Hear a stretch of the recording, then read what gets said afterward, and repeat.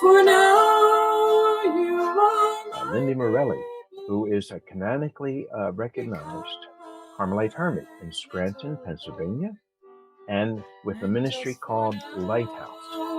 I love you most. Oh, does this look good, or do you want me to do anything else to adjust? No, you look fantastic. You look Okay. fantastic.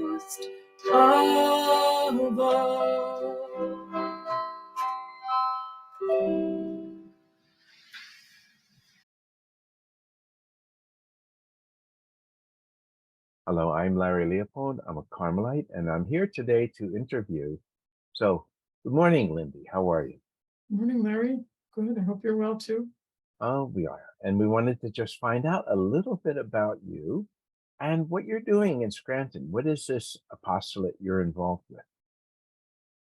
So Lighthouse has been, we have a home in Scranton, and we try to provide a loving home and family for people of all walks of life. And we've been around since 1994. We try to help, especially those who are vulnerable or, quote, falling through the cracks, people who are feeling lost in the world and lost in society for whatever reason. It could be anyone. It could be an older woman, a single mother. It could be an older man. It could be somebody that's really in a state of crisis, or it could just be somebody lonely, or a student, or it could be anyone really. Much like your song about lending a helping hand. Yeah, that's right. So I'm intrigued because it appears that you are sightless, right? And yet you're guiding others. There's paradox here, isn't there? Mm-hmm. Tell us about your story. Well, I guess my sister and I had too much oxygen in the incubator when we were born. And so my sister has a visual impairment. I have total loss of sight, but I had a good education, and I have been very fortunate, very blessed. And I've been able to do what I can with the gifts God gave me. And I've been working to try to comfort people and provide hospitality and hope and guidance to people for a considerable amount of time now. Considerable amount, maybe more than 30 years. Is that correct? Quite a long time. Yeah. And so instead of you seeking help, you are giving help. I find that, well, very Carmelite. And how long have you been a Carmelite? Since around 2004. Before that I had vows. I had religious vows, but I wasn't quite sure where I fit. So I was really relieved and thankful and ecstatically happy when I discovered the writings of Therese and Teresa and John of the Cross. And I find my greatest joy in prayer, and my happiness comes from God. And I'm so happy that I know I have the true source of hope, and I have the true source of peace, and the true source of life that the world needs and that people need today. And it's not really so much a religious thing as it is a deep love, and a deep heartfelt love, which everybody can have for themselves, regardless of whatever situation they're in life, or wherever they are, as far as their faith journey. And I think everybody needs hope today, and having hope anchored in eternity and in heaven is really important, because it's not something that will fade away. Well, your hope certainly has a vision, and I'm edified by how clearly you see, all right? And you see into the hearts of people, which is, again, the call for all of us, right? Now, tell us a bit more about who you're being drawn to help, and how your ministry has found those most in need that are suited to your gifts and services, which include, by the way, what? How are your gifts? How did you grow in them? Right? And tell us about your formation that way. Well, when I was young, I always wanted to help. I always tried to find people who were the most poor. And I had this burning desire to be as close to the poor as I could. And when I was in college, I started going to state hospitals to deal with very, very, people that had mental illnesses. And they were so sweet and so loving. And I used to visit them every day in the hospital.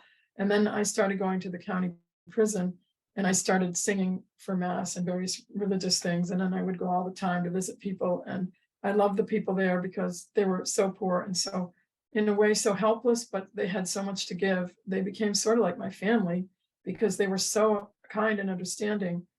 And so then as time went on, I just started going around the streets of Scranton to the soup kitchen, to the housing projects, to all kinds of schools where children were, people with disabilities, anywhere I could go where I could sing for them. I would go and sing for people, but I also would go and try to do things like provide meals for people or invite them into my home so I could comfort them or just give them a warm place to be. I mean, not just warm physically, but warm so that they could know that they were important and so that they really mattered. And I started to just feel like, well, it would be so nice if I could just have a place where people could come permanently, that I could help them if they really needed a sense of home.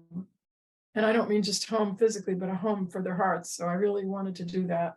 So that's what I did a lot of. And our mission statement says that we provide comfort, hospitality, hope, and guidance to the vulnerable and to the people who are wrongly convicted, especially at this point in my life, because all my work in prison ministry, I never really knew much about wrongful convictions until the last maybe 10 or 15 years.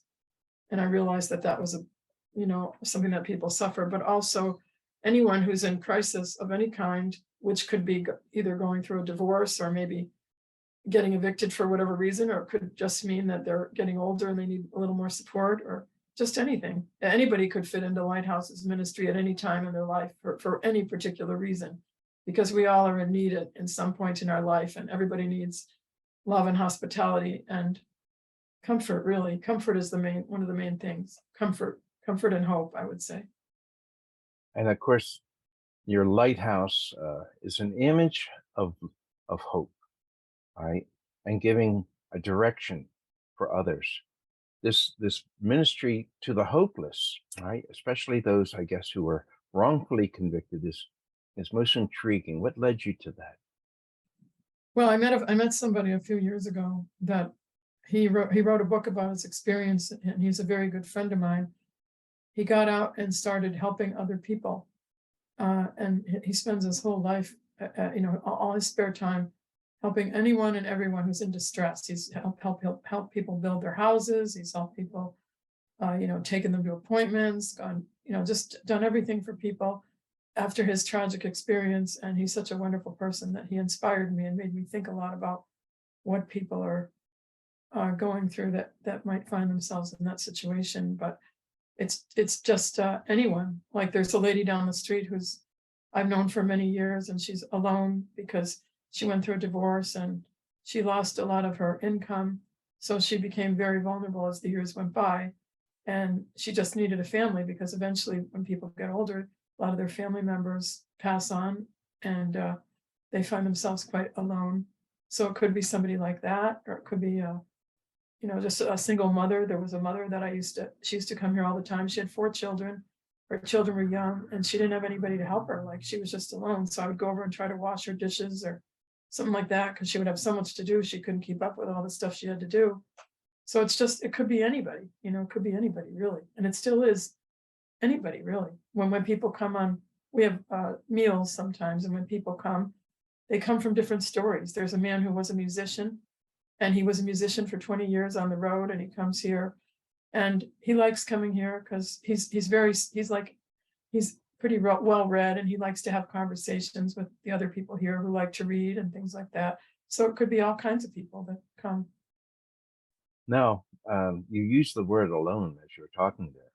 How about you? Who's there to help you do all of this? How do you do this? Well, I have a board of directors that helps me, that sort of oversees the ministry. And then I have some good, loving volunteers and some good friends that try to help me with practical tasks. And so I'm really appreciative of that, because there's a lot of things I can't do on my own. Like, I can't read printed material, so I depend on people to do that. I depend on people to take me. Like, I don't travel very much right at this point, but if I have to go to the store, go to the post office, or go to anything like that, somebody drives me. So, but most of the work right here I could do here in the home where I live. People come here, occasionally they come here. A lot of things are done online. So it's not that hard. People help me with the computer part, and I have a good friend here that's with me all the time that helps me. Well, I have to admire your computer skills nonetheless.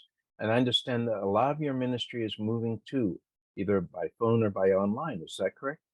Yeah, because we hope to be able to have various support groups online, like one for the wrongly convicted and their families, and maybe a couple others. Especially, I'd like to, maybe in the future, if I can figure out how to do it, maybe have some kind of outreach to women who have been, I don't know exactly how, I'm not quite sure how I'm going to do this, but I'm thinking about people that have been hurt in the church, but who still want to have faith and who still want to practice their faith.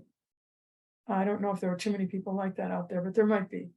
And you're So, forming a bridge, a very much needed bridge, so that between the church and those who are hurting that way, right? Which is a remarkable ministry all by itself. But who's supporting you in your ministry? How do you get funded? well, How we do you depend on divine providence, and we have for all these years. really? And I just, at the very beginning, when I started, I just went up and down, believe it or not, I looked in the phone book and I called all the churches that I could find in the phone book, all different denominations, actually, including, different Catholic prayer groups. And I said, oh, I have this dream. I'd like to get a house and I'd like to have people come to it. And I'd like to offer a refuge for people and a safe haven for people to come to. And all churches sort of rallied around me and liked the idea. I didn't even ask for money, really. I just said, I have this idea. Are you interested in it? And before I knew it, within like 2 or 3 years' time, probably 2 years, we had enough money to rent a storefront. And at that time, people were coming for various support groups there. They were primarily Christian 12-step groups. People came there, and there was a group for everything, like bereavement and eating disorders and just everything you could think of at the time. And then people came there. They came for meals. They came for prayer groups. It was like a place where people found friends. It was a very happy place. And then eventually we were able to buy the house, Lighthouse, which is the nonprofit organization that oversees the ministry. Lighthouse in Scranton Incorporated was able to buy the house. And since 2004, we have been here, and about 80 residents have lived here over the years, all different walks of life. People have come here to live, to find some solace and some family support, basically. And so since that time, we've been here, and we've depended on divine providence for everything we've done. So you have lived by faith and trust, and God's provided you for all these years. And yet I know I work with a lot of nonprofits, and this is a very hard time in terms of funds for a number of reasons. So I imagine that also must have affected you, especially being all alone and working this way. How would people contact you if they wanted to support you? Well, we have our website. Eventually, we're getting the website reconstructed. There will be a PayPal thing there, and then there is also our mailing address, P.O. Box 199, Scranton, PA 18504. They could send a donation if they wanted to there. And a phone number? And 570-341-5858. 570-341-5858. So you have a ministry for people who have fallen through the cracks, and I know that's part of your mission statement to some degree.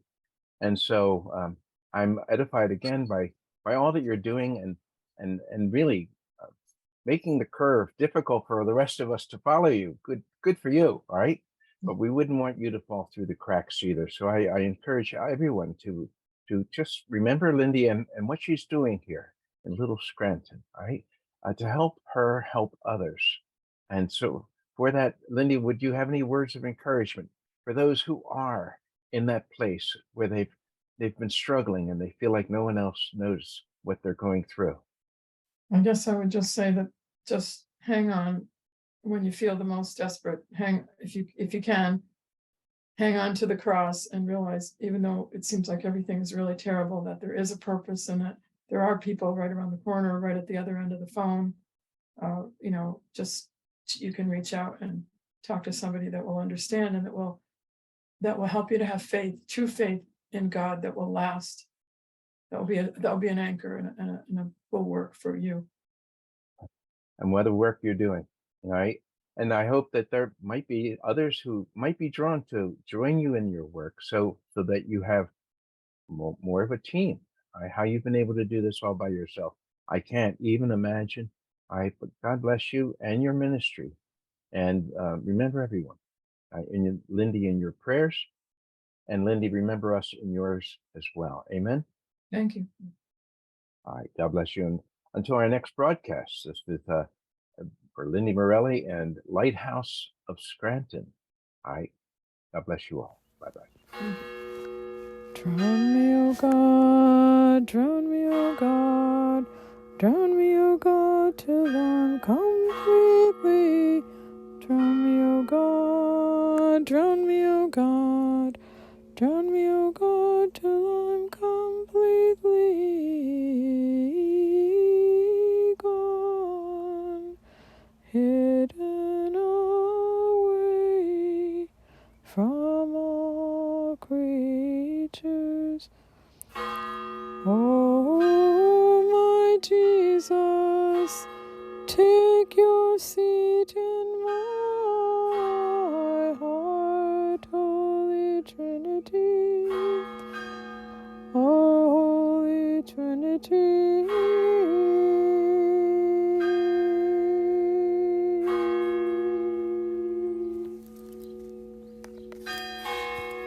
Stop button.